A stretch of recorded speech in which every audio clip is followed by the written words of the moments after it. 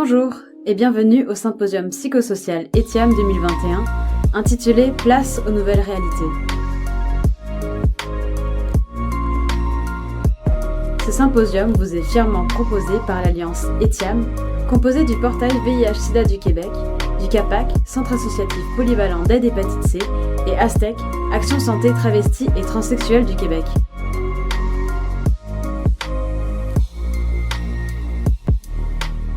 Nous tenons à remercier notre bailleur de fonds, l'Agence de la santé publique du Canada, ainsi que nos commanditaires AbbVie et Gilead, sans qui nous n'aurions pas pu organiser cet événement.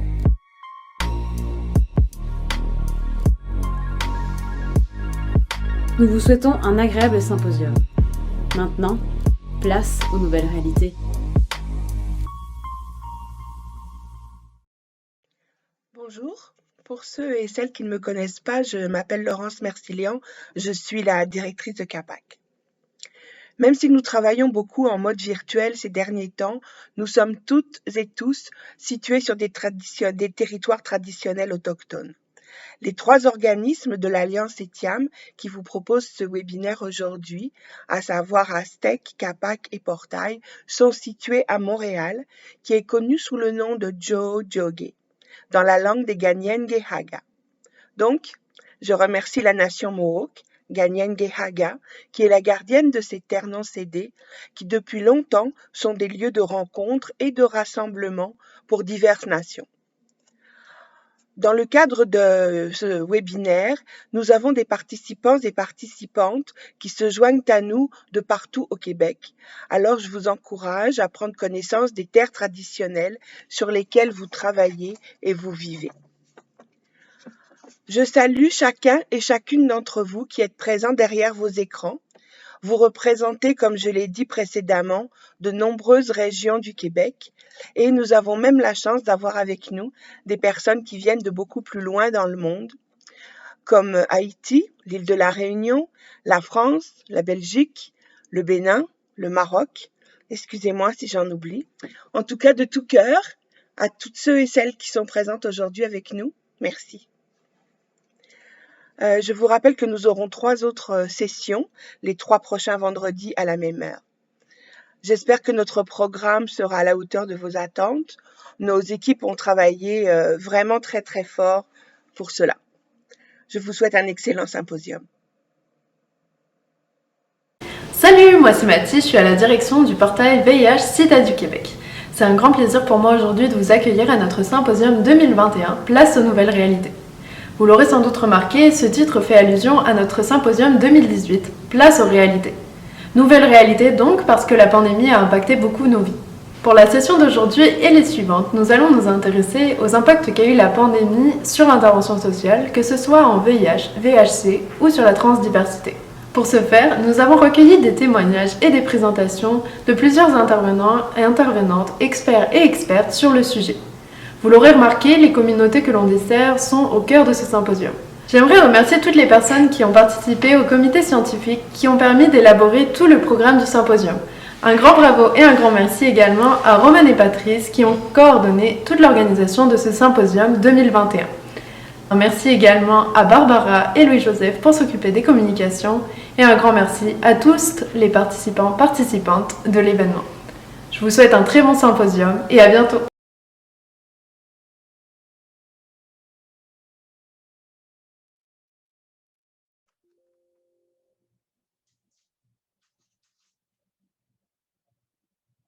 Bonjour tout le monde et bienvenue encore une fois à cette première session du symposium psychosocial ETIAM 2021, Place aux nouvelles réalités. Je m'appelle Cyril Beauchesne-Lévesque et je vais être votre animateur pour toute la durée du symposium, donc pour la session d'aujourd'hui et aussi pour les 3 prochains vendredis. Un petit mot sur moi, je suis une personne trans et non-binaire qui habite et travaille à Sherbrooke sur des territoires Abénaquis non cédés. Je suis coordonnateur de l'organisme Transestrie et je suis aussi intervenant pour l'organisme Altarero. Je suis vraiment honorée qu'on m'ait donné l'opportunité d'animer ce symposium. Il y a quelques années à peine, jamais j'aurais pensé qu'un jeune de région comme moi pourrait être considéré pour animer un symposium à aussi grande portée que celui-ci. Malgré les inconvénients du mode virtuel, je crois que ça a quand même de bon de permettre un plus large accès à des connaissances, à des ressources et à des événements comme celui-ci à des gens de différentes régions du Québec et même dans le cas d'aujourd'hui, de personnes de d'autres pays. Je m'excuse d'avance si mon chien ou mon chat essaye de s'inviter au symposium aujourd'hui. On est en direct, puis de travailler à la maison, c'est pas tout le temps évident. C'est ça. Donc, la session d'aujourd'hui s'intitule « Un an de pandémie, que peut-on en tirer? » Je crois qu'on a tous remarqué qu'il y a beaucoup de choses qui ont changé dans la dernière année, mais aussi qu'il y a beaucoup de choses qui sont restées les mêmes. En temps de COVID-19, les inégalités s'accentuent et rendent les failles dans le système de plus en plus difficiles à ignorer. Mais on sait que nos communautés sont résilientes et aujourd'hui, on va d'abord avoir l'occasion d'entendre des témoignages de personnes qui ont été aux premières loges des différents enjeux soulevés par la pandémie, notamment chez les personnes trans, les personnes vivant avec le VIH, les personnes utilisatrices de drogue par injection et aussi les personnes avec des difficultés d'accès au logement. Je veux remercier les personnes qui viennent faire des témoignages aujourd'hui. Donc, Alexandra de Kiewit, Julien Montreuil, Logan Dante Di Giovanni, Marjolaine Prouveau et Jacques Gélina. Ils ont vraiment accepté de nous partager leur vécu et leur expérience de la dernière année, puis on est infiniment reconnaissants et reconnaissantes. Après ces témoignages-là, on va avoir une séance de kiosque, puis une présentation qui va être suivie d'une période de questions. Je vais maintenant laisser la place aux témoignages. Bonne session à tout le monde. On se retrouve après cette session, après les témoignages. Bonjour, je m'appelle Alexandra de Kiewit. Je suis une femme qui utilise les pronoms elle, la. Je suis une femme vivant avec le VIH et une personne qui est utilisatrice de drogue. Je suis aussi intervenante dans un service d'injection supervisé de Cactus aussi, puis avant que ça devienne un service d'injection, je suis avec eux depuis 10 ans à Cactus. Je suis aussi animatrice de l'IDLP, qui est l'Institut de développement du leadership positif avec la COXIDA.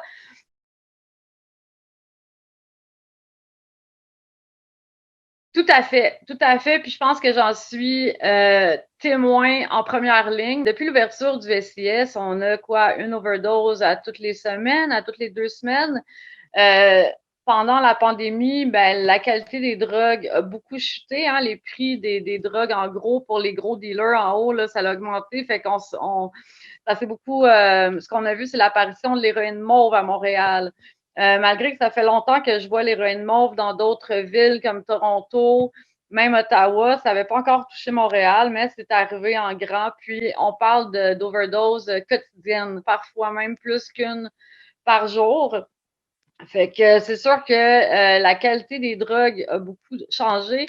La disponibilité aussi, là, depuis qu'on a vu le couvre-feu arriver, il y a beaucoup de dealers qui vont fermer à 8 heures, donc on a moins de temps pour aller s'approvisionner chez notre dealer préféré ou chez celui à qui on a confiance.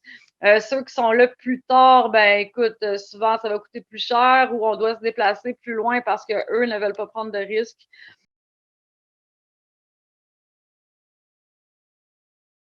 Quand la pandémie a commencé, il y a eu 3 SIS, dont le mobile, sur 4 qui ont dû fermer parce que le personnel sur place n'avait pas les formations et les protections nécessaires pour agir en cas de surdose.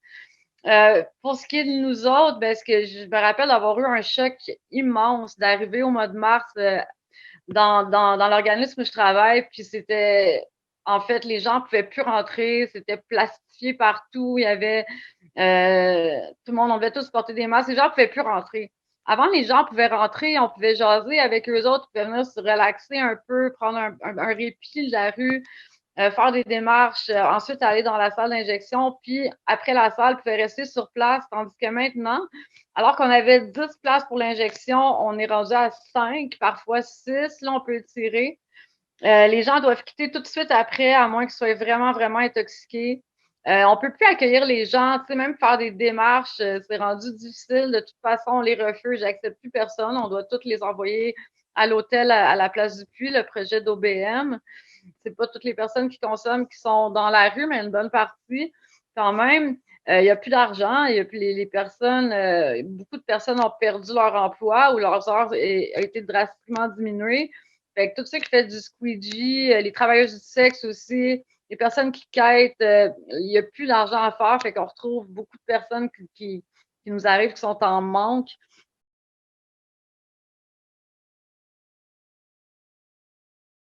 c'est vraiment difficile pour moi en tant qu'intervenante de garder le lien avec les personnes qui viennent nous voir. Puis c'est important, des fois, on va être la seule personne qui va dire Hey, comment ça va? T'as l'air bien aujourd'hui ou t'as l'air fatigué. Puis même ça, c'est rendu difficile avec la barrière qu'on a. On a du mal à entendre les gens avec le masque, le plexiglas.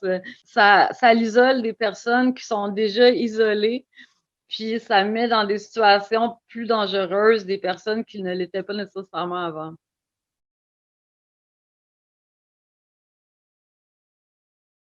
Et on a créé un livre.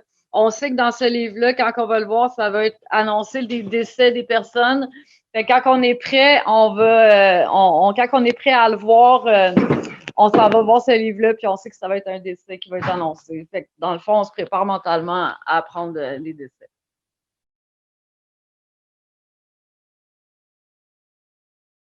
J'ai dû consommer seule beaucoup plus souvent dans des toilettes. Avant, j'allais souvent dans des toilettes publiques, mais tu sais, je disais à quelqu'un où est-ce que j'étais, puis tout ça. Là, tout était fermé, donc ce qui me restait, c'est les toilettes chimiques que j'appelais un peu des bacs à COVID, quoi. Tu sais, c'est pas nettoyé à chaque fois que quelqu'un y va. C'est beaucoup utilisé par, tu sais, c'est difficile. Il y avait un lavabo qui marche une fois sur deux, tu sais, c'était pas très propre. Fait que moi, ça m'a permis de commencer à utiliser la salle d'injection où est-ce que je travaille, même si je suis intervenante, ce qui a été quand même intéressant. Ce qu'on entend aussi, c'est que les gens ils ont plus peur de faire la respiration si jamais quelqu'un fait une overdose à cause des risques de COVID.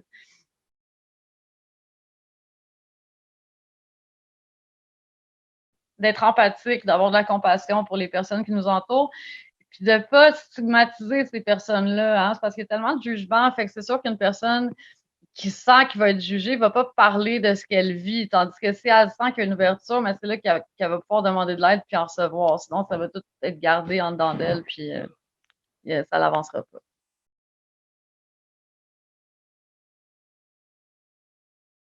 Je dirais que la seule chose qui est positive, ça a été du côté des traitements de substitution, où est-ce que la plupart des personnes ont vu leur dose de méthadone pour emporter, les avoir toutes. J'explique un peu, là, la méthadone ou le Suboxone, c'est un traitement de substitution pour les personnes qui veulent arrêter ou contrôler leur consommation d'héroïne ou d'opiacés.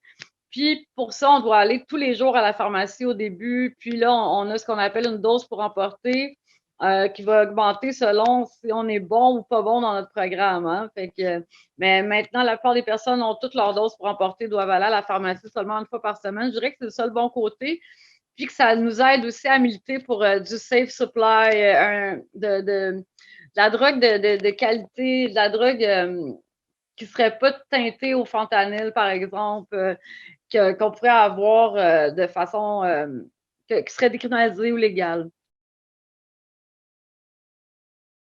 Je pense que c'est important aussi de s'ouvrir à ce qu'on peut faire de mieux, comme par exemple, je parlais tantôt du safe supply, aller s'informer c'est quoi. Ça serait vraiment plus sécuritaire pour tout le monde. Tu sais, je regarde, par exemple, au BC, il y a une machine distributrice d'hydromorphone. Ben, écoute, ça règle bien des problèmes. Ça règle des problèmes de transmission de VIH, d'hépatite C, ça règle des problèmes de sevrage. Puis il faut commencer à quelque part aussi. Hein, puis je pense d'aller s'informer là-dessus, c'est bien intéressant. Alors bonjour à toutes et à tous, je me présente, mon nom est Julien Montreuil, je suis directeur adjoint à l'Anonyme. Je suis dans le milieu communautaire depuis près de 25 ans et à l'Anonyme depuis un peu plus que 14 ans. L'idée aujourd'hui, ce que j'avais envie de vous parler, c'est des enjeux de logement, mais les enjeux de la crise du logement à Montréal. Et puis les défis aussi pour les personnes qui sont dans des situations de grande précarité. À l'Anonyme, on a différents programmes, mais on a récemment un programme logement où on a fait l'achat d'une maison de chambre pour contribuer à loger des personnes qui sont dans des situations de désaffiliation sociale, qui sont dans des situations de grande vulnérabilité, en situation d'itinérance, bien évidemment. En ce moment, ce qui se passe, c'est clair qu'il y a une crise du logement à Montréal. On le voit, là, les chiffres depuis des années montrent des taux d'inoccupation qui sont vraiment très, très faibles. Ce que ça a pour effet, c'est que c'est une difficulté de se trouver un logement qu'on est capable de payer. Fait que si nous, on peut avoir de la difficulté, si je peux avoir de la difficulté, si plein d'autres mondes autour peuvent en avoir, il faut s'imaginer que pour des personnes qui sont à faible revenu, qui sont dans des situations où ils vivent des enjeux particuliers, ça peut être tout un défi de se trouver un logement. En ce moment, ce qui reste souvent pour ces personnes-là, c'est des logements qui sont souvent insalubres, qui sont pas sécuritaires. Il faut que les gens se mettent à plusieurs dans un petit logement pour pouvoir réussir à payer un loyer. Donc, c'est vraiment pas évident pour combler finalement les besoins de base pour les personnes dont il est question.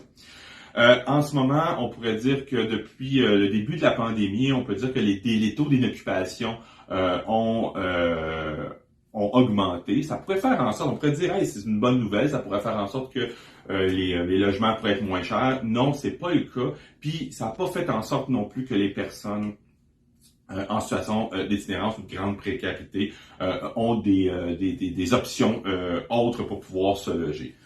Depuis le début de la pandémie aussi, on évalue qu'il y a certains chiffres qui disent que le double de personnes sont en situation d'itinérance.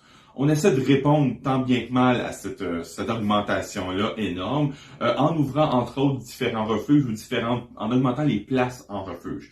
L'enjeu à ce niveau-là, c'est que c'est des grands refuges, des refuges qui sont souvent au niveau, quand on parle au niveau de la sécurité ou même au niveau de la santé, il y a des explosions de COVID dans ces refuges-là, il y a des défis énormes.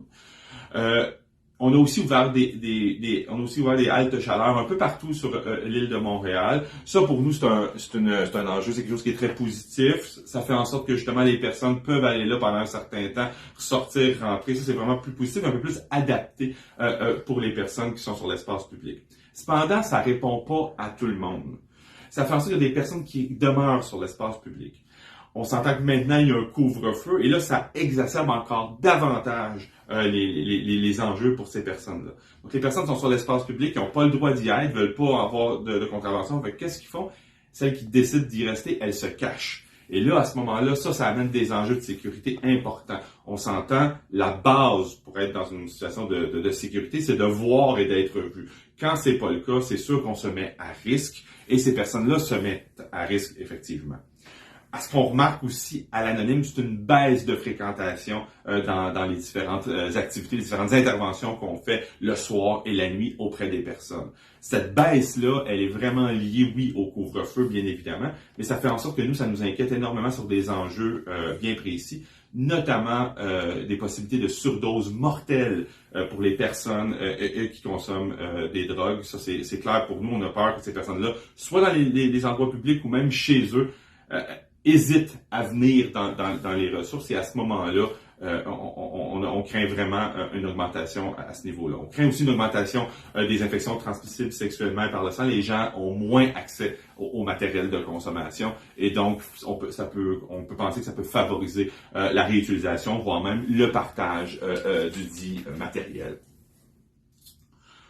Ce qu'on a envie de vous dire, ou ce que j'ai envie de vous dire aussi par rapport à ça, peut-être pour terminer ma présentation, c'est que dans le fond, on s'entend, la pandémie a fait en sorte d'augmenter les difficultés à se loger pour les personnes. Ce qu'on a besoin, dans le fond, pour pouvoir vraiment contribuer à une amélioration de la qualité de vie des gens, c'est de mettre en place des logements qui vont être adaptés pour les personnes à un coût qui va être raisonnable et aussi une diversification du type de logement pour pouvoir répondre à une diversification des besoins pour les personnes.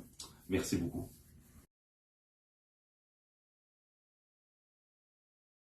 Allô, bonjour tout le monde. Mon nom est Logan Dante Di Giovanni. Je suis un homme trans qui est sur l'hormonothérapie depuis 3 ans et quelques mois.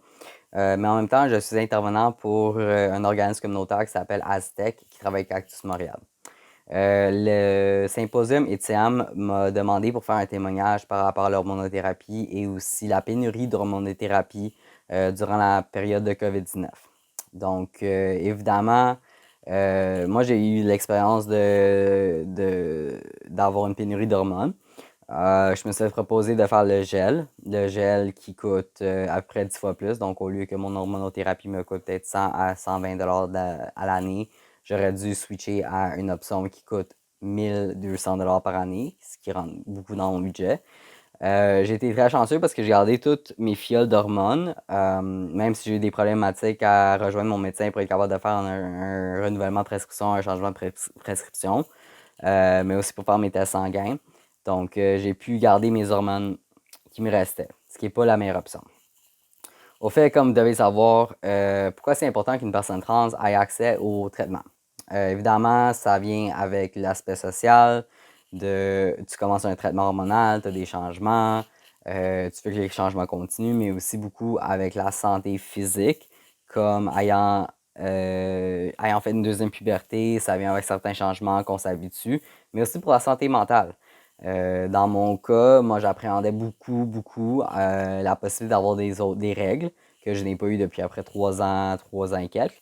Donc, j'avais beaucoup d'appréhension en ce qui concernait cela. Évidemment, les conséquences sont multiples et sévères.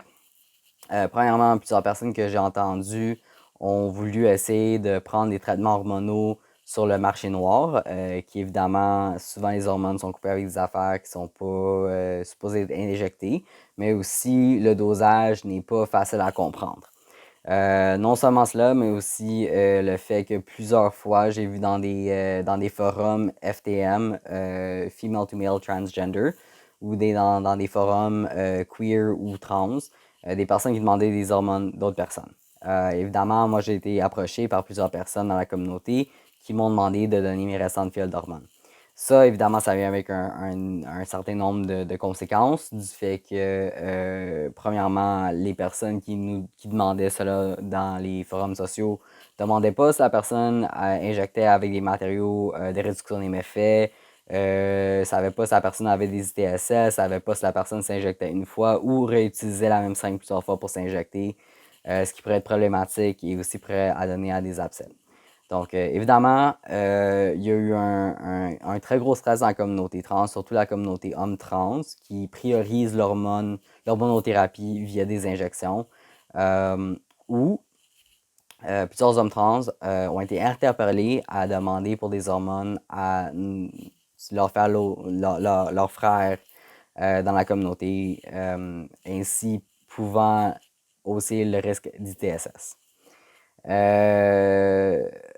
Évidemment, comme j'avais dit, moi, comment je m'en suis occupé, c'est de garder mes fioles, mais aussi d'appeler sans cesse, ce qui n'est pas la possibilité pour tout le monde, surtout des personnes qui sont en situation d'itinérance, des personnes qui sont travailleurs du sexe, mais aussi des personnes qui ont des troubles d'anxiété. Donc, évidemment, faire le suivi médical quand ça vient à cela, c'est très difficile, puis ça prend beaucoup d'acharnement que pas tout le monde a. Ce qui rentre aussi dans le fait que la condition d'être trans, ça peut souvent avoir beaucoup d'obstacles. Ainsi, le découragement et le fait de ne pas faire confiance à l'institutionnel et au médical rentrent dedans tout cela. Évidemment, comme j'avais dit aussi, oui, j'ai vu plusieurs personnes trans vivre la même situation que moi. Des personnes qui m'ont interpellé pour mes hormones. Au fait, moi, ce que je trouve de très difficile à comprendre dans la situation, c'est que comme l'hormonothérapie pour les personnes trans, c'est vital. J'ai de la misère à comprendre comment, si ça aurait été pour des personnes diabétiques qui n'auraient pas eu leur insuline, cette situation ne serait pas produite. Je sais que la société pense que l'hormonothérapie, c'est vu comme quelque chose de cosmétique, mais en réalité, ce n'est pas quelque chose de cosmétique. C'est quelque chose de nécessaire, essentiel pour notre survie, pour notre santé mentale, pour notre santé, notre bien-être et notre épanouissement. Ainsi, ne pas avoir accès à des hormones et aussi avoir à prendre certaines mesures qui sont contre-indiquées par non seulement les médecins, mais aussi par la santé publique, puis aussi des organismes communautaires. Je trouve que c'est très plate. Je trouve que c'est dangereux. Et je trouve que ça manque d'empathie, d'humanisme et que je crois que souvent, comme plusieurs situations, les personnes trans sont laissées à dépourvu. Donc, moi, ce que je trouve bien important dans mon témoignage, c'est le fait que de considérer les personnes trans, de considérer notre bien-être et aussi de considérer notre santé. Pas juste quand ça vient à prendre nos hormones, mais aussi quand ça vient dans tous les sens aussi. Ainsi, j'aimerais remercier Étienne pour cette opportunité et je vous souhaite une belle soirée. Merci. Bye bye.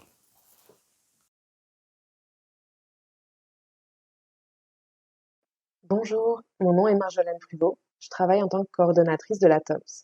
la Table des organismes communautaires montréalais de lutte contre le sida. C'est un regroupement communautaire sectoriel régional qui compte 30 organismes membres. Aujourd'hui, je vais vous présenter une démarche concertée que nous avons menée afin de demander l'amnistie pour tous les constats d'infraction remis en vertu de la loi sur la santé publique dans le cadre de la pandémie de COVID-19 au Québec. Suite à la mise en place des mesures de santé publique dans le cadre de la pandémie depuis mars dernier, nous avons noté un très grand nombre de tickets distribués au Québec. Ces tickets ont été distribués pour non-respect de la distanciation physique ou encore pour rassemblement interdit, ciblant particulièrement les membres de communautés marginalisées, à savoir les personnes noires, les personnes autochtones en milieu urbain et en région éloignée, les autres groupes racisés et les groupes marginalisés, dont les personnes en situation d'itinérance ou mal logées, les personnes migrantes, les communautés LGBTQ2S+, les travailleuses et travailleurs du sexe, les personnes utilisatrices de drogue et les personnes vivant avec des enjeux de santé mentale. En collaboration avec le RAPSIM, nous avons amorcé une démarche de demande d'amnistie concernant ces contraventions. Nous avons pu la mener à bien grâce à la participation et à l'implication des nombreux représentants et représentantes d'organismes communautaires, d'avocates et de chercheuses en travail social et en droit. Le premier constat que nous avons fait est que le Québec est la province la plus répressive dans cette crise. On note un nombre disproportionné de contraventions émises au Québec en vertu de la loi sur la santé publique. Lors de la première vague, sur les 10 000 contraventions émises au Canada, 2 tiers ont été émises au Québec et près de 3 000 par le service de police de la ville de Montréal. Le montant de l'amende au Québec, également, qui s'élève à 1 546 $ minimum, est disproportionné et bien évidemment encore plus préjudiciable pour les personnes ayant de faibles revenus. Il s'agit du deuxième montant le plus élevé au Canada pour ce type d'amende. Le second constat est l'application arbitraire et souvent discriminatoire qui est faite de cette loi. Le manque de clarté des décrets a laissé une immense place à la discrétion des corps policiers ainsi qu'à leur bon jugement pour leur application. La loi sur la santé publique a mis à leur disposition de nouveaux motifs et outils de répression, et cela a eu pour conséquence d'élargir la portée du profilage racial et du profilage social qu'ils exercent et qui sont aujourd'hui largement documentés, de renforcer leur pouvoir d'interpellation et de judiciarisation, et d'exacerber les atteintes aux droits des personnes déjà discriminées et marginalisées.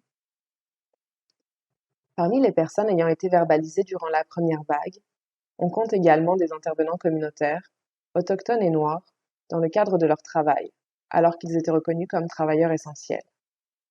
Dans le cadre de l'application du couvre-feu, le gouvernement s'en est encore remis au bon jugement des policiers. Cela a eu pour conséquence d'accroître la judiciarisation des personnes en situation d'itinérance. Ce n'est que plusieurs semaines plus tard, suite à une très forte mobilisation et une décision de justice, que le gouvernement a finalement décidé de modifier son décret pour en exempter les personnes en situation d'itinérance. Cependant, d'autres effets ravageurs du couvre-feu persistent, comme la restriction de l'accès aux sites de consommation supervisés pour les personnes qui consomment des drogues, ou encore les personnes migrantes à statut précaire qui, pour pouvoir travailler, doivent faire face au risque d'être interpellées et donc expulsées. Nous savons notamment, grâce aux apprentissages de décennies de lutte contre le VIH, qu'une réponse sécuritaire ne permet pas de résoudre une crise de santé publique. Des mesures répressives et coercitives, en contexte de pandémie, mettent à risque la santé et la sécurité des personnes. Ces mesures ont eu pour impact d'éloigner les personnes les plus vulnérabilisées de leur communauté et d'entraver leur accès aux soins et aux services. Par exemple, les consignes de distanciation et d'interdiction de rassemblement entrent en contradiction avec le principe de réduction des méfaits de ne pas consommer de drogue seule. Il est important de souligner comment le recours aux mesures punitives entrave les objectifs de santé. Par exemple, il a été rapporté dernièrement que des personnes ayant contracté le Covid ne donnent pas toutes les informations aux enquêteurs de la santé publique en charge du traçage par peur d'être judiciarisés. La réponse déployée face à la pandémie doit s'inscrire dans le respect des droits de la personne pour être efficace.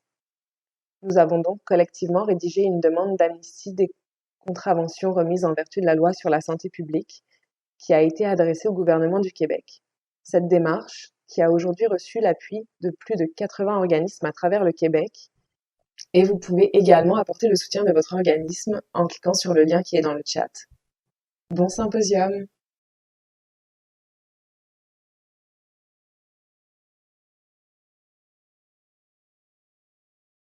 Je me nomme Jacques Gélina. Je vis au centre du Québec, le cri du cœur d'une personne vivant avec le VIH depuis 28 ans. Accepter de comparer la pandémie du VIH et la COVID-19, c'est accepter de mettre côte à côte le vécu de deux souffrances humaines. Une qui porte encore ses cicatrices, l'autre qui continue à blesser à chaque jour. C'est accepter de rendre les deux encore vivantes et présentes, comme entre hier et demain, malgré les dizaines d'années qui les séparent. Deux pandémies, les mêmes espoirs, des traitements, un vaccin. Pour le VIH, les traitements, c'est un acquis depuis 1996. Pour le vaccin, même après 40 ans, nous espérons toujours. Peut-on savoir pourquoi?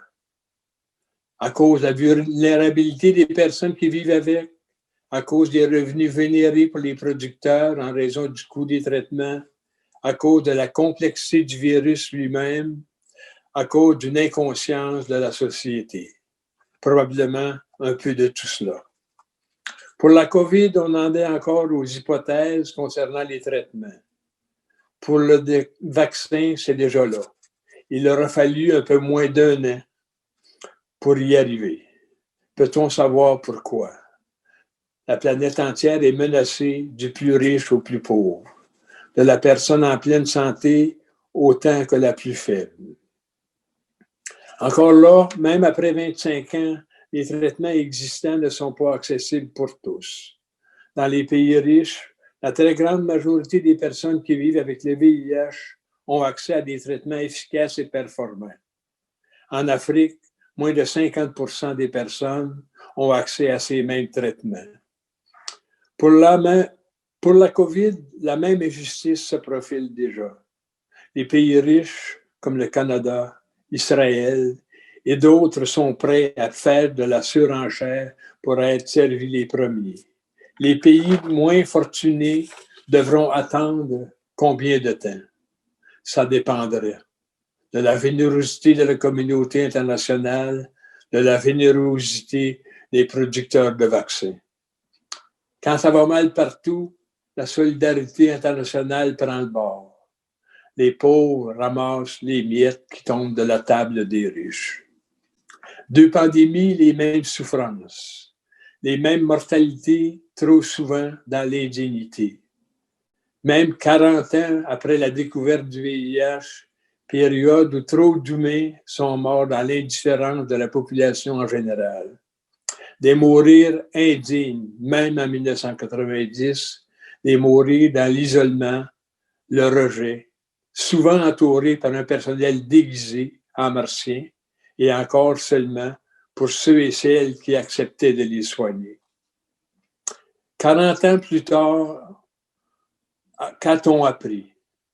J'ai assisté impuissant, en raison de mes 75 ans, à des mortalités majoritairement de personnes âgées dans des conditions qu'on peut à peine imaginer au Québec en 2020. Vous me direz, ce ne fut pas le sort de tous et tous, heureusement, mais il y en aurait eu une seule, et ce serait une de trop. Deux pandémies, les mêmes souvenirs. Certains nous auront quittés traîtreusement, fauchés par un si minuscule virus. Mais il y aura les survivants qui seront nombreux à se souvenir. Parfois, dans mes rêves qui me projettent dans un futur lointain, j'entends mon petit-fils, devenu lui-même grand-père, dire à ses petits-enfants: vous savez, quand j'ai eu 20 ans, un virus mortel circulait. Il faisait des ravages un peu partout dans le monde. J'ai eu le privilège de vivre, même si j'ai été infecté. Je travaillais comme aide de service. J'ai vu des dizaines de personnes âgées mourir de la COVID. J'en garde un souvenir qui a imprégné toute ma vie. nous serons nombreux à raconter aux générations futures. Il était une fois un virus qui a envahi la Terre. On ne savait pas quand la maladie allait s'arrêter. Mais un jour, la science aidant, ça s'est terminé. Et l'humain a recommencé à vivre avec ses grandeurs et ses faiblesses. Merci à vous tous et toutes. Que votre rupture en soit un de solidarité et de proximité. Merci.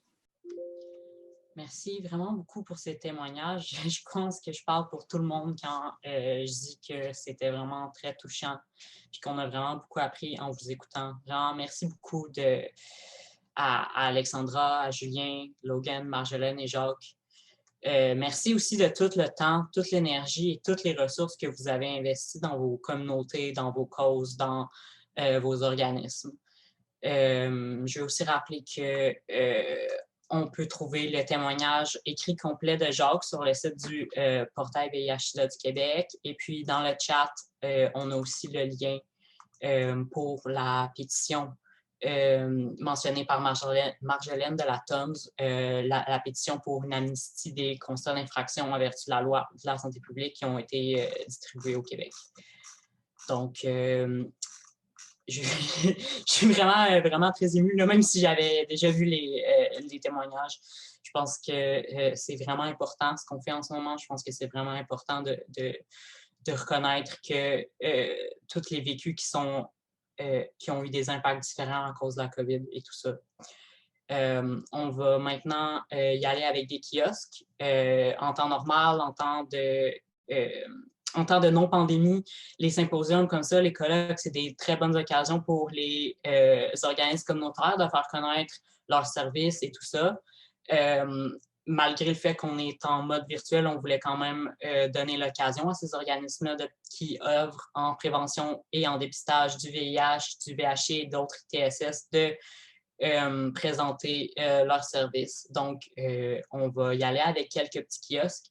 Puis, ça va nous donner l'occasion de décanter un peu aussi, de prendre une gorgée d'eau et de respirer un peu après ces témoignages qui étaient très, très touchants.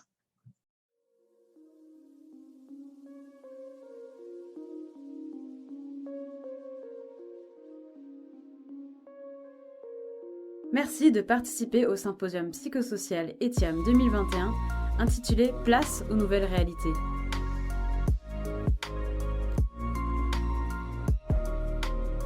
Ce symposium vous est fièrement proposé par l'Alliance ETIAM, composée du portail VIH-Sida du Québec, du CAPAC, Centre associatif polyvalent d'aide hépatite C, et ASTEC, Action Santé Travestie et Transsexuelle du Québec.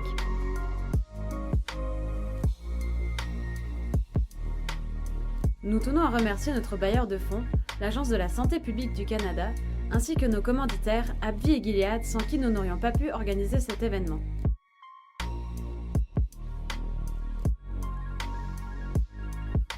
Nous espérons que vous passez un bon symposium. Maintenant, place au kiosque.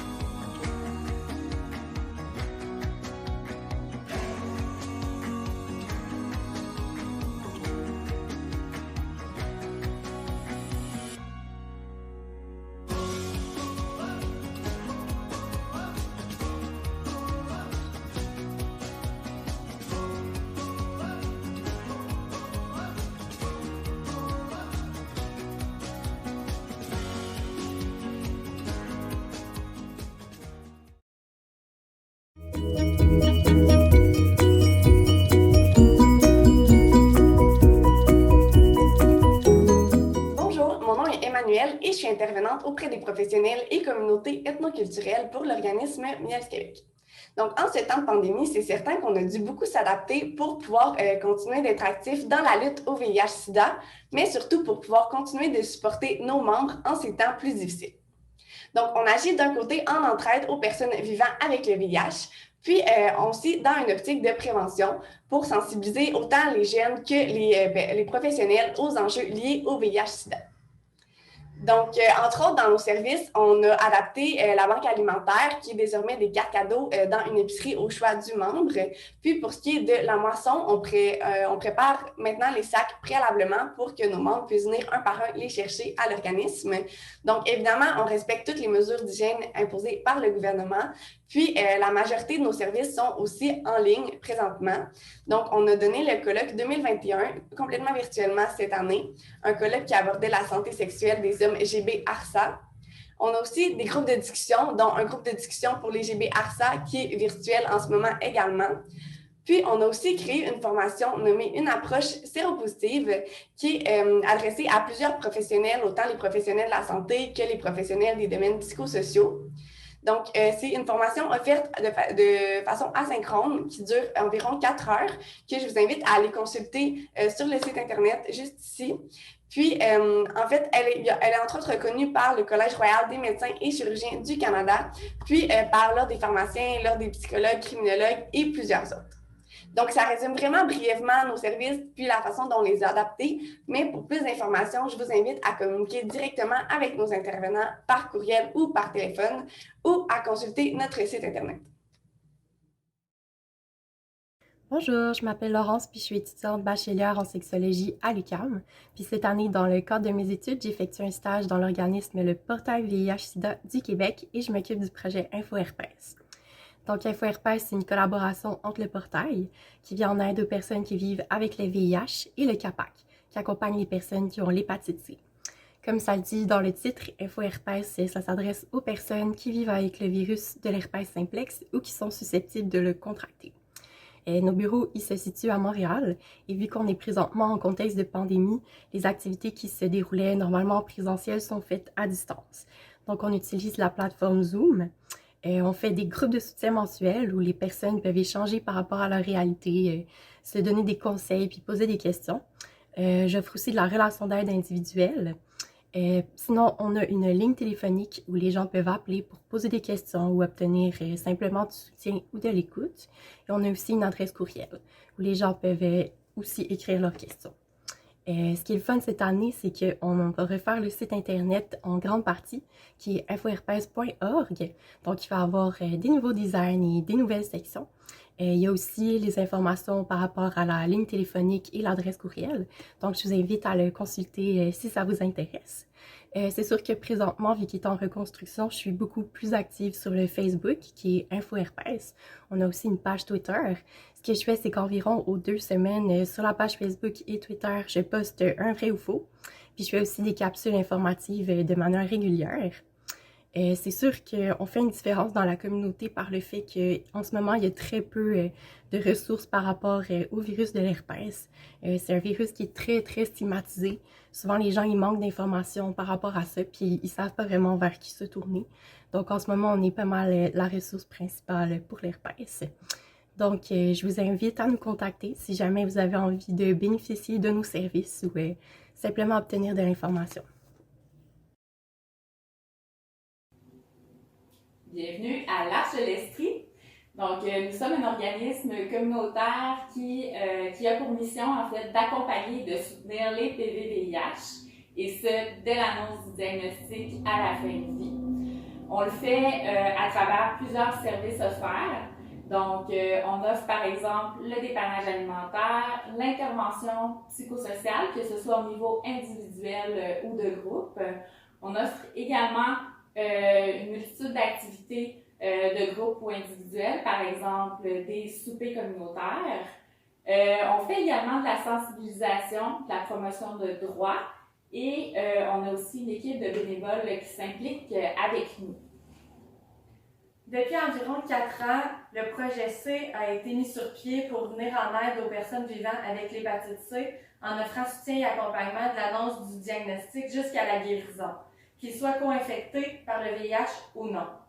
Nous offrons sensiblement les mêmes services que pour nos PV-VIH, c'est-à-dire des transports, accompagnement pour les rendez-vous médicaux, des dépannages alimentaires, de l'intervention de proximité et autres activités. À l'organisme, nous avons aussi une distribution de matériel de prévention, tel de consommation ou des condoms. Merci! Merci.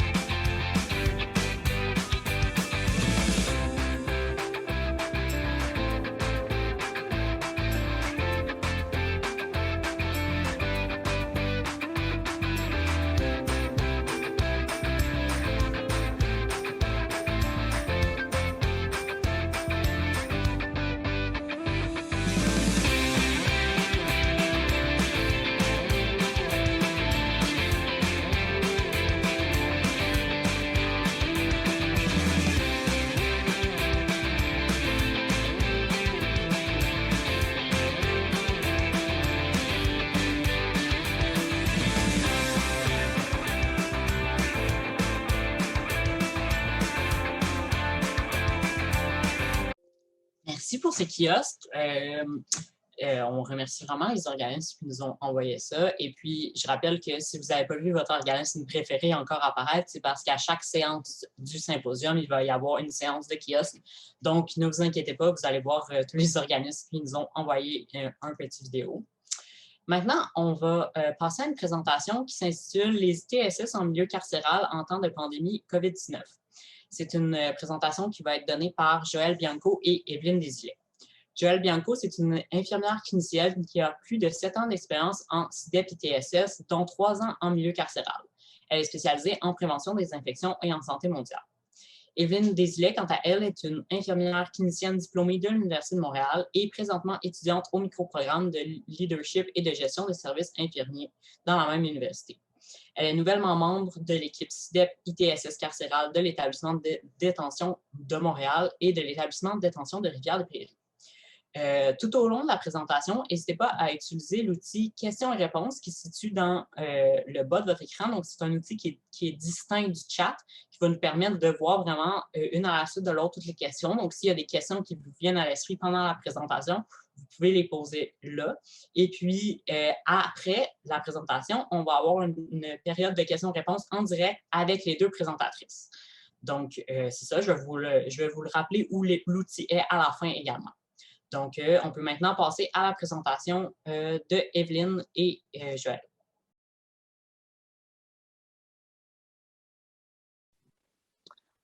Alors, bonjour, je me présente, Joëlle Bianco et ma collègue Evelyne Desilets.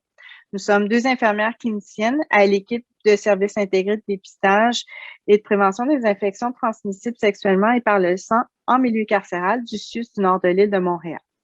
Nous tenons à vous remercier pour l'invitation, nous permettre de partager notre expérience. Nous vous présenterons aujourd'hui les infections transmissibles sexuellement et par le sang en milieu carcéral en temps de pandémie COVID-19. Les objectifs de la présentation seront en premier temps de vous présenter les impacts de la COVID-19 sur le milieu carcéral, sur l'équipe SIDEP-ITSS et sur les usagers. Puis en second temps, vous présenter les répercussions de la diminution de l'offre de services de l'équipe SIDEP-ITSS pendant la pandémie. Les points qui seront abordés durant la présentation sont l'équipe de services intégrés de dépistage et de prévention des infections transmissibles sexuellement et par le sang en milieu carcéral, la chronologie des événements, les impacts sur le milieu, les impacts sur l'équipe SIDEP-ITSS, les impacts sur les usagers, c'est-à-dire les personnes incarcérées, que nous allons nommer les pays à certains moments, les répercussions de la diminution des dépistages et des traitements ITSS, et les réussites malgré la pandémie. Puis finalement, la conclusion. L'équipe CIDEP-ITSS en milieu carcéral comprend 3 infirmières cliniciennes. Le rôle de cette équipe est d'offrir le dépistage des ITSS, de les traiter, d'offrir des ateliers de prévention d'ITSS et de réduction des méfaits auprès de la clientèle carcérale et d'offrir la vaccination. Notre équipe est présente dans les 2 détentions provinciales sur l'île de Montréal, soit l'établissement de détention de Rivière-des-Prairies et l'établissement de détention de Montréal, mieux connu sous le nom de Bordeaux. L'équipe CIDEP-ITSS du CIUS-NIM est une équipe satellite qui dessert la population autant à Rivière-des-Prairies qu'à Bordeaux. Le service de santé général est géré par notre CIUS à l'établissement de détention de Rivière-des-Prairies.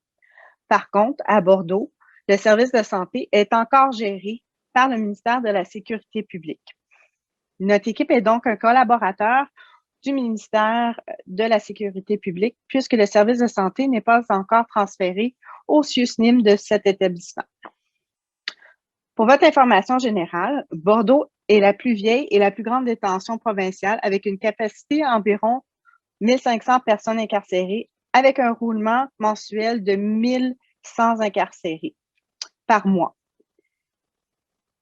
Et à Rivière-des-Prairies, l'établissement est plus récent et a une capacité d'environ 400 personnes incarcérées avec un roulement d'environ 1200 personnes incarcérées par mois. La population carcérale de Bordeaux comprend plus de détenus, donc ils sont sentencés de moins de 2 ans, versus à Rivière-des-Prairies, où il y a beaucoup plus de prévenus, donc en attente de sentence. Pour vous mettre en contexte, l'équipe CIDEP-ITSS a un mandat de santé publique. Il est donc évident, tout comme plusieurs autres secteurs avec une main-d'œuvre d'infirmières, que notre équipe a été mise au front en temps de pandémie. Au mois de mars 2020, il ne restait qu'une seule infirmière à l'équipe qui assurait service sur les 2 sites. Le ratio d'infirmières ne permettait déjà pas d'offrir le service à pleine capacité en matière de dépistage ITSS.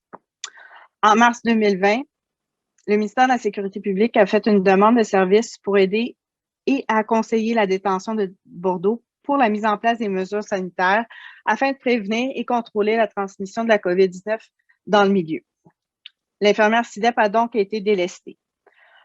À travers son nouveau mandat, l'infirmière a mis sur pied de la formation et a contribué à adapter certaines interventions dans le milieu tout en planifiant le dépistage COVID-19 des usagers. Il faut prendre en considération que le milieu carcéral n'a pas toutes les connaissances en lien avec la mise en place de mesures préventives dans un contexte d'urgence sanitaire, aucune notion de prévention et de contrôle des infections de base dans son milieu, et l'équipe de service de santé de Bordeaux n'était pas supportée par une direction des soins infirmiers comme dans un CIUS afin de mettre en place les bonnes pratiques.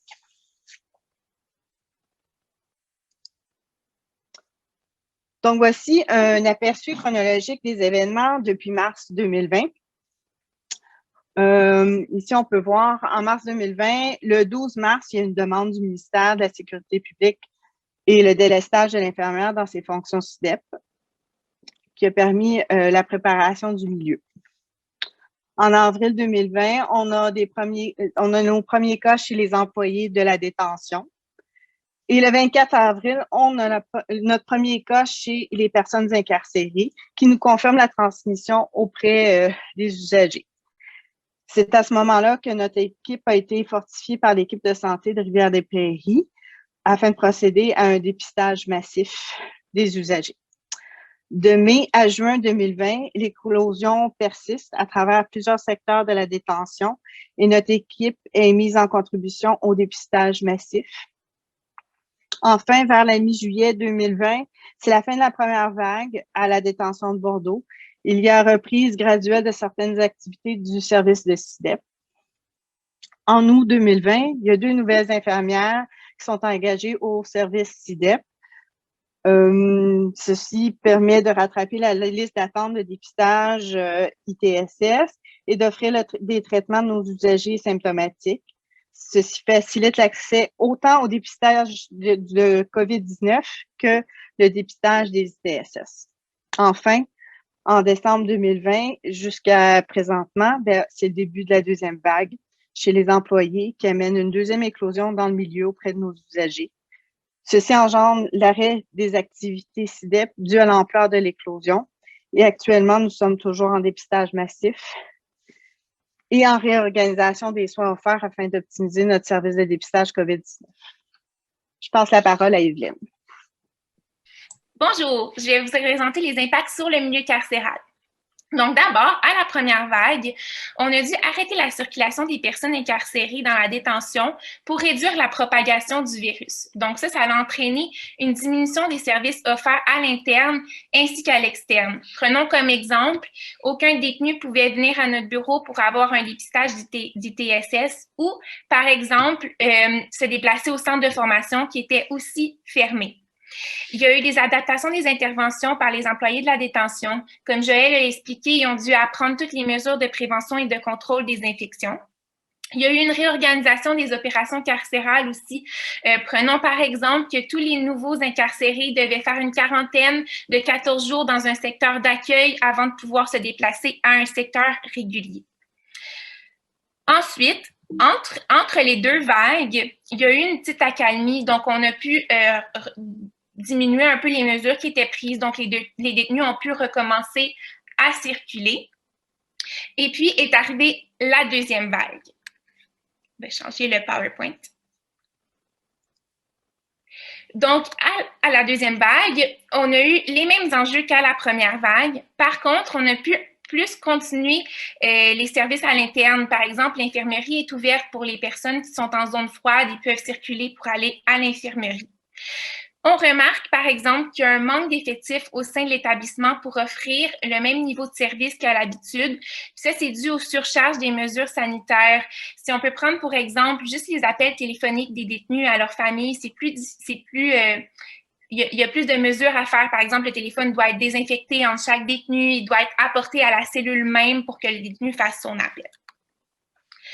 Je vais vous présenter maintenant les impacts sur l'équipe de SIDEP ITSS. Donc, lors de la première vague, il y a eu un délestage des infirmières de l'équipe SIDEP pour le dépistage COVID-19 des personnes incarcérées. Rappelons-nous qu'il y avait seulement une infirmière à l'équipe SIDEP Bordeaux à ce moment-là, donc elle ne pouvait pas faire ça seule. Elle a eu l'aide des infirmières qui sont venues d'établissements de détention de Rivière-des-Prairies.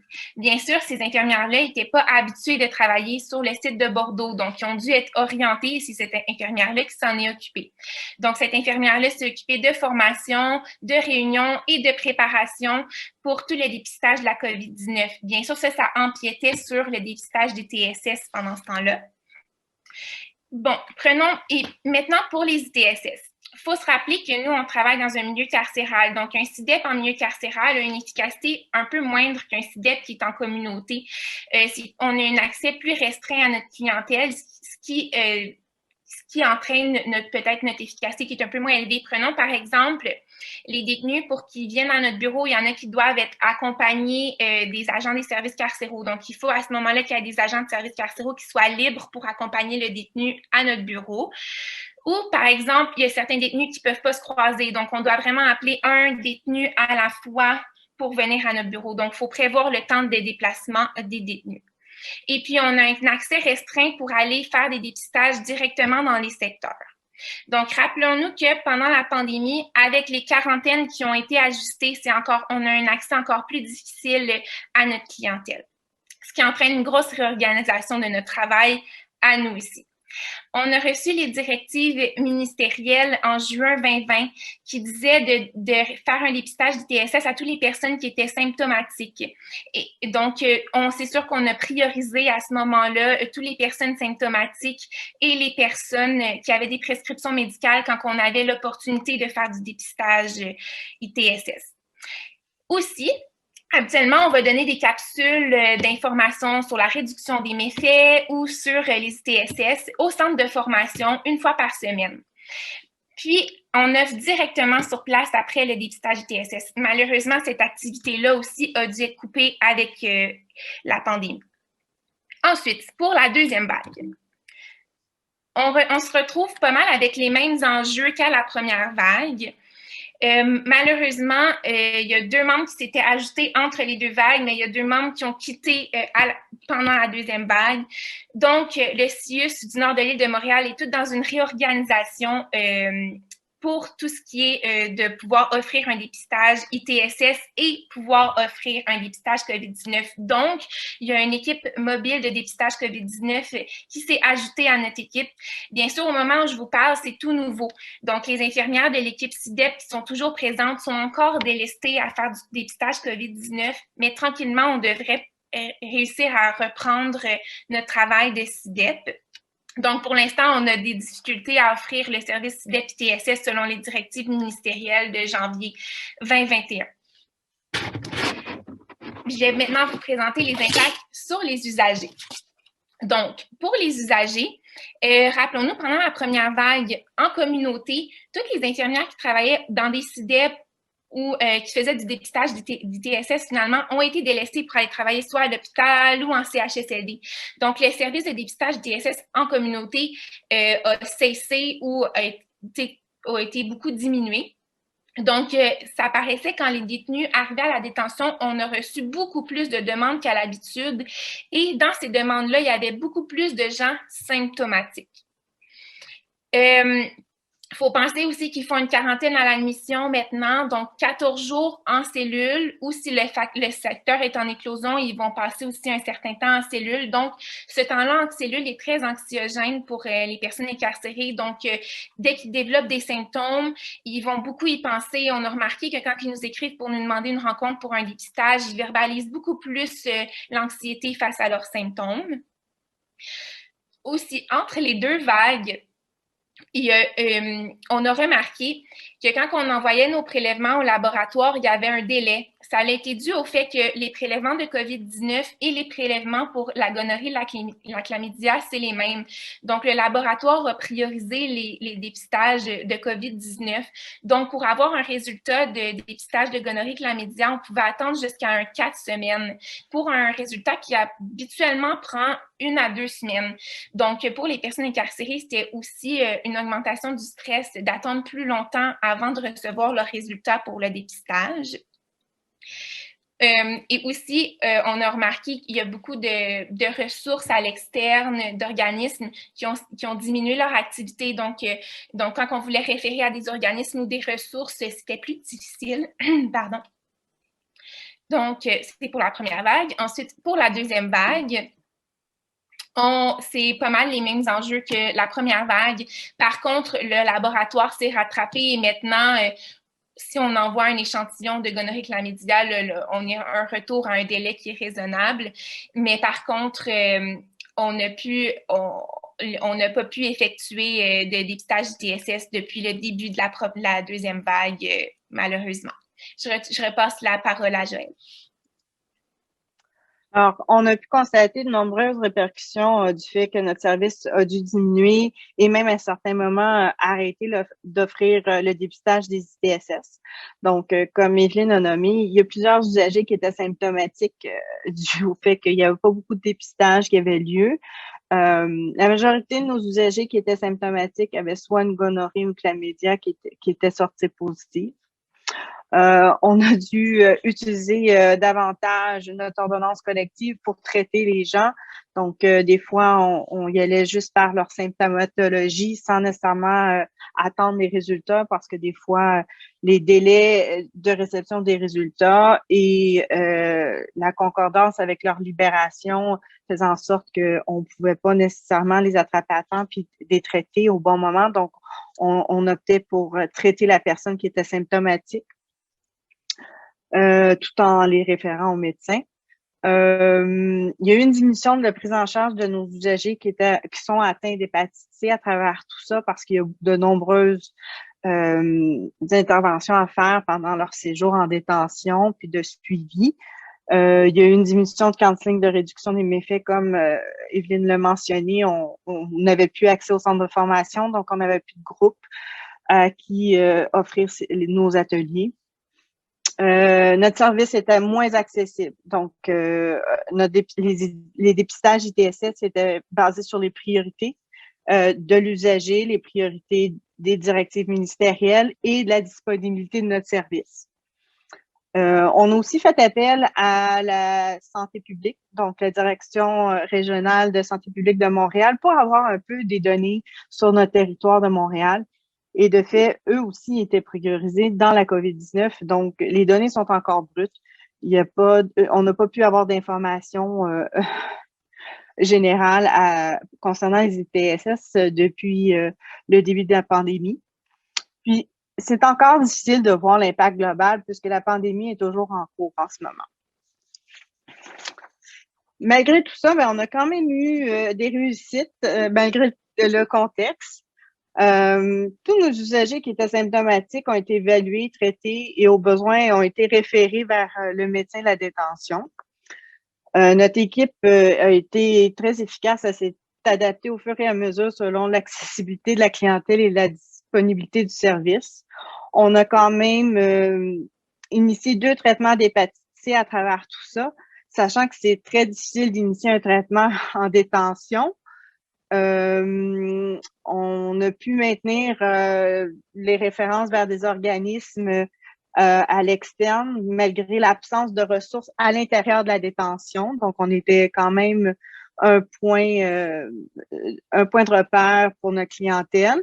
Puis, l'accessibilité aux condoms et lubrifiants gratuits était toujours disponible via la cantine de la détention. Donc, en conclusion, la COVID-19 demeure une priorité dans le contexte actuel, malgré l'importance du dépistage et de la prise en charge des ITSS auprès d'une clientèle à risque. Les conséquences de l'arrêt du CIDEP-ITSS devraient être analysées post-pandémie, malgré que c'est évident que l'augmentation de la transmission des ITSS suite à une diminution d'offres de services, il va falloir quand même analyser le portrait. Ça va être important aussi de faire l'implantation d'un programme de prévention et de contrôle des infections tel que retrouvé dans un milieu de soins pour contribuer à l'amélioration de la santé et de l'état général, du bien-être général de nos usagers en milieu carcéral. Je vous remercie de votre attention. Nous demeurons disponibles pour des questions. Merci. Oui, donc on va aller voir nos 2 présentatrices pour la période de questions. J'en vois juste une qui est connectée. Est-ce que l'autre... OK, bon, on a Evelyne et Joël avec nous. Est-ce que vous allez mettre notre caméra? Je ne vous vois pas. OK, oui, je suis là. Joël. Bonjour. Ça va bien? Ça va bien, vous autres? Ben oui. Et puis, Evelyne qui se joint à nous, ça va bien aussi? Bonjour, oui, merci. Bon, ben, merci beaucoup pour la présentation, d'abord. Est-ce qu'on avait des questions? Dans le fond, pour le moment, il n'y en a pas. Je vous rappelle que pour poser vos questions, vous pouvez utiliser l'outil Q&R en bas de votre écran. Vous cliquez dessus, puis il y a une fenêtre qui s'ouvre vous permettant de poser les questions. Donc, pour peut-être lancer ça, je me demandais, est-ce que vous avez des mesures à proposer? Est-ce que vous avez des pistes de solutions qui pourraient permettre de faciliter votre travail en temps de COVID en ce moment? Oh, ça, c'est une très bonne question. En fait, si on était plusieurs infirmières, ça serait beaucoup plus facile, mais en ce moment, je pense que c'est encore nouveau pour tout le monde hein, de gérer une pandémie. Puis le contexte carcéral en plus. Puis ça doit être la même chose en communauté, en itinérance. Il doit y avoir d'autres types d'enjeux que nous, on peut comprendre. Mais c'est les restrictions du milieu aussi qui font en sorte qui rendent les choses un peu plus difficiles. Et c'est sûr qu'on milite beaucoup à travers tout ça, nous, les droits des usagers. Donc, ça va un peu à l'encontre de qu'est-ce que leur mission à eux. Donc, c'est confrontant. Donc, on est des collaborateurs. Donc, on essaie toujours d'être des alliés mais aussi auprès des usagers dans le but de prendre soin d'eux, puis d'être là pour leur droit à l'accès de la santé. Donc, oui, on a eu plusieurs rencontres pour essayer d'avoir différents moyens d'accès à notre clientèle, tout en assurant la sécurité de tous à travers tout ça. Mais oui, c'est pas évident. Ça prend énormément de... ça prend la santé, ça prend tout le volet sécurité. Et c'est grand, c'est énorme, Bordeaux. Donc, ça prend des proportions, des fois, qui sont difficiles à gérer sur le terrain. On a une question d'une personne anonyme qui nous demande, vous avez parlé des dépistages de gonoclam. Avez-vous pu faire des dépistages de VIH et VHC? Je vais répondre. En fait, on fait toujours les deux en même temps, bien sûr, si l'usager veut les deux, là, mais on fait toujours les deux. C'est que les retards au laboratoire n'étaient pas tout ce qui est prise de sang parce que, dans le fond, VIH et hépatite C, c'est par le sang. Donc, il n'y avait pas de retard au laboratoire pour ceux-là. J'ai spécifié gonorrhée chlamydia parce que vraiment, le prélèvement, l'urine qu'on met dans le petit prélèvement, c'est le même milieu de culture que celui qu'on utilise pour la COVID-19. Donc, c'est pour celui-là qu'il y avait des retards, mais bien sûr, on fait tous les types de dépistage, là, TSS. C'est bon. Il y a une question, je pense que vous y avez un peu répondu dans votre présentation, mais peut-être clarifier. Il y a quelqu'un qui demande, est-ce que vous êtes présent dans certains centres seulement ou un réseau qui couvre tous les centres de détention? Donc, notre équipe est seulement dédiée aux détentions de notre territoire. Donc, notre territoire couvre les 2 détentions sur l'île de Montréal, Rivière-des-Prairies et Bordeaux. Par contre, il y a d'autres 6, donc d'autres centres intégrés de santé et de services sociaux ou de CIUS qui contribuent dans les autres centres de détention provinciales.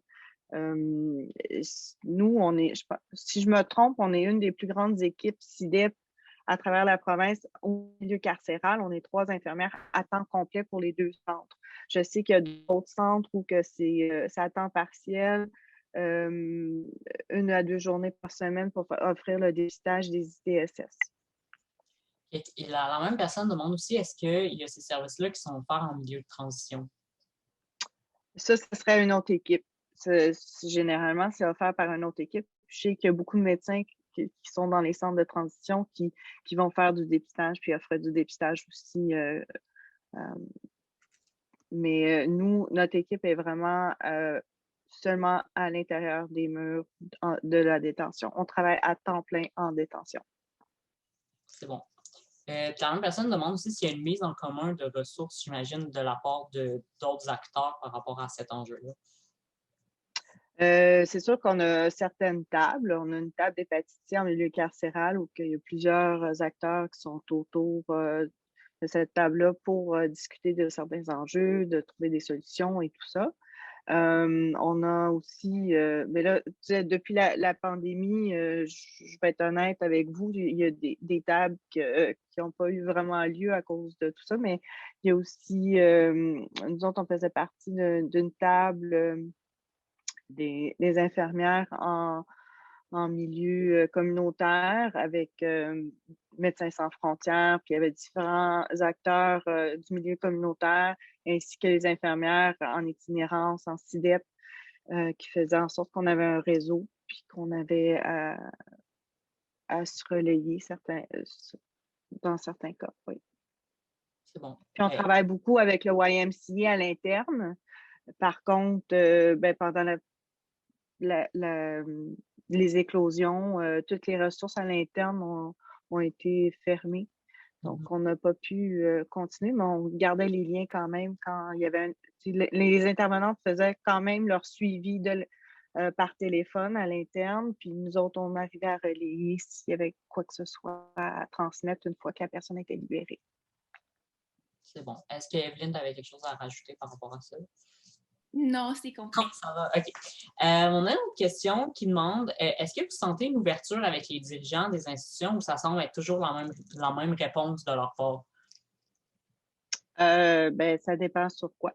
Ben, Ça j'imagine que c'est par dépend. rapport à ces enjeux-là, par rapport à vos difficultés d'avoir accès parfois aux détenus, par rapport à c'est ça, à votre travail que vous faites auprès d'eux. Il y a quand même une ouverture, je dirais, parce que leur mission est quand même de donner accès à une réinsertion sociale. Puis toute la démarche en santé fait partie de ça, d'une prise en charge de soi. C'est sûr que on n'a pas la même perspective de l'individu. Mais tout est fait dans le respect, puis dans l'écoute. Sont très ouverts à la nouveauté, à qu'est-ce qu'on peut apporter. Malgré que des fois, de l'extérieur, des fois, on remarque que c'est plus résistant, mais c'est toujours dans l'intérêt de l'individu. C'est sûr que nous, on est plus dans tout le côté santé, prise en charge, surtout chez nos individus d'hépatite. Fait que oui, c'est vrai que des fois, il faut militer, puis il faut avancer, il faut faire avancer le dossier, puis d'aller au-delà, puis de faire pousser certaines choses. Mais, eux autres aussi ont certaines restrictions. C'est vraiment pas parce qu'ils veulent pas. Des fois, ils sont restreints eux aussi. Je comprends. Il y a quelqu'un qui, juste par rapport au VIH et au VHC, qui demande est-ce qu'il y a eu plus de diagnostics ou moins que d'habitude de ces deux virus-là? Ben, honnêtement, le VIH, moi, ça fait seulement 3 ans que je suis en carcérale, puis on a dû annoncer 2 diagnostics de VIH dans les 4 dernières années. Donc ça, tu sais, comme en communauté, il y en a beaucoup moins que dans les années 90, puis dans les débuts 2000. En hépatite C, par contre, c'est pas que c'est nécessairement un nouveau diagnostic, mais c'est plus des hépatites C chroniques connues qui viennent demander un accès ou à un service de santé pour avoir accès au traitement. Mais c'est arrivé d'avoir annoncé des nouveaux diagnostics d'hépatite B et d'hépatite C. Donc, mais pas autant qu'il y a 10 ans. Mm-hmm. Mais est-ce que vous voyez que la situation actuelle a un impact justement sur l'accès au traitement des personnes qui ont une hépatite C chronique? Bien, avec la pandémie, est-ce que c'est par rapport à la pandémie? Bien, c'est sûr que actuellement, si notre service pouvait se permettre de se concentrer entièrement sur les ITSS, il n'y aurait pas tant de problèmes à débuter des traitements puis à offrir le service. C'est juste que là, en ce moment, on est restreint à l'accès à notre clientèle. Ils ne peuvent pas nécessairement venir à notre bureau. On n'a pas toujours accès, même si on va dans leur secteur de vie, faire le counseling sur place. Des fois, ils ont besoin de consultation médicale. Les médecins sur place ne sont pas nécessairement outillés pour traiter directement l'hépatite C ou tout ce qui entoure la consommation, la prise en charge, tout ça. Donc, souvent, sont référés à l'externe ou souvent sont déjà connus à l'externe par un médecin. Puis, pour multitude de raisons, c'est pas leur priorité quand ils sont en communauté. Mais ça devient une priorité une fois qu'ils sont incarcérés parce que c'est un moment de répit aussi. C'est un moment où il y a moins de consommation, ils ont le temps de prendre soin d'eux. Donc, c'est sûr qu'en ce moment, le contexte actuel ralentit énormément tous les processus à l'interne, puis la prise en charge qui fait en sorte qu'on ne peut pas nécessairement faire une visite médicale régulière. Je comprends. Merci, mais là, en plus, à travers tout ça, on a eu une nouvelle médecin qui s'est joint à l'équipe. Donc, puis elle est très très intéressée dans le domaine de l'hépatite C, puis de tout ce qui est traitement de substitution aux opioïdes. Fait qu'on on va avoir un allié à travers tout ça. Fait que, il y a quelque chose de positif qui s'en vient. Tant mieux. Il y a une autre question par rapport à l'éclosion à Bordeaux en ce moment qui demande comme une mise à jour par rapport à cette situation-là. Evelyne, je te passe la parole. Oui, ben on est toujours en éclosion. C'est sûr que le nombre de cas présentement est un petit peu à la baisse par rapport à ce qu'on peut avoir vu dans les médias, mais l'éclosion n'est pas terminée. Puis justement, on est encore en train d'être dans le processus de dépistage et c'est ça, je peux pas...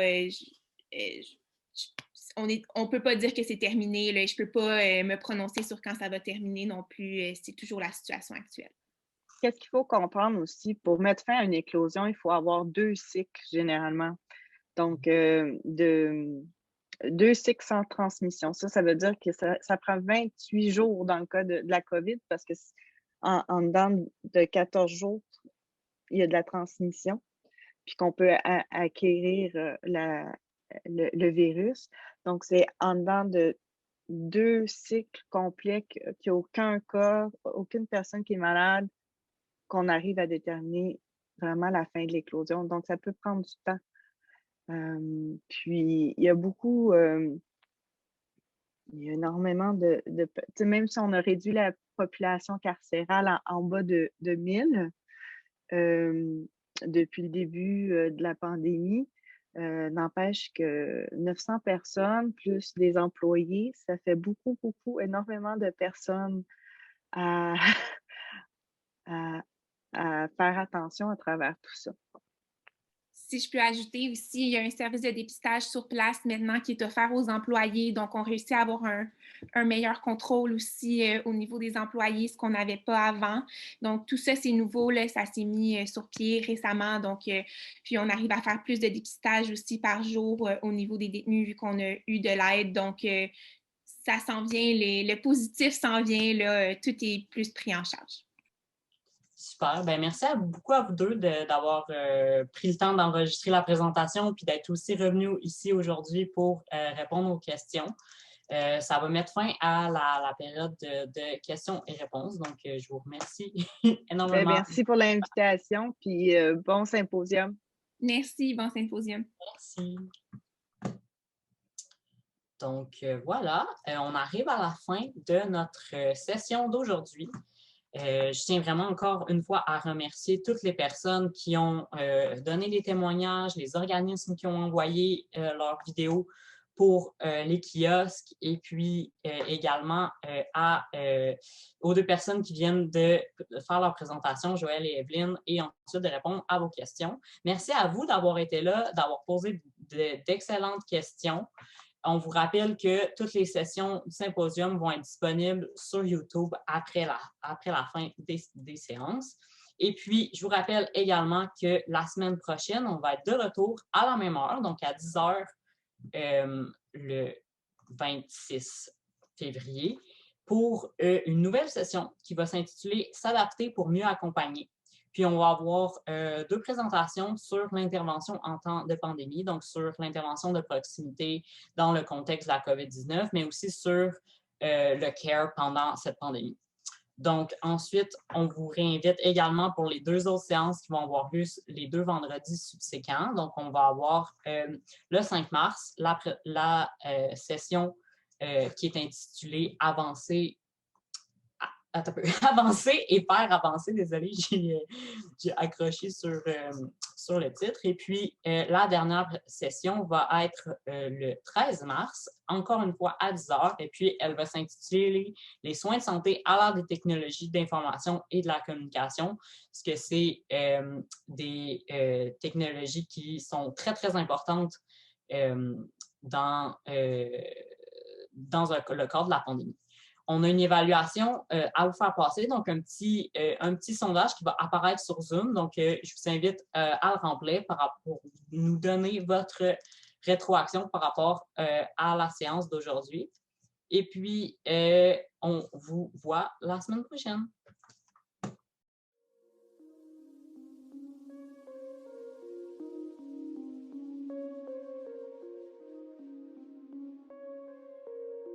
Merci d'avoir participé au symposium psychosocial ETIAM 2021 intitulé Place aux nouvelles réalités.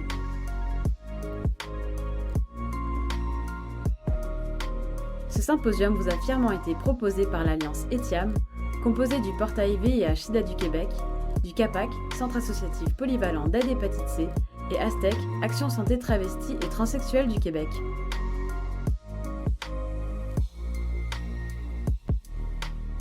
Nous tenons à remercier notre bailleur de fonds, l'Agence de la santé publique du Canada, ainsi que nos commanditaires AbbVie et Gilead, sans qui nous n'aurions pas pu organiser cet événement.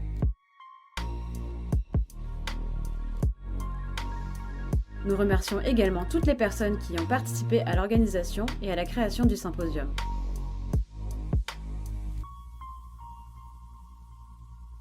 En espérant que cette session vous a plu, nous vous souhaitons une agréable journée. À bientôt!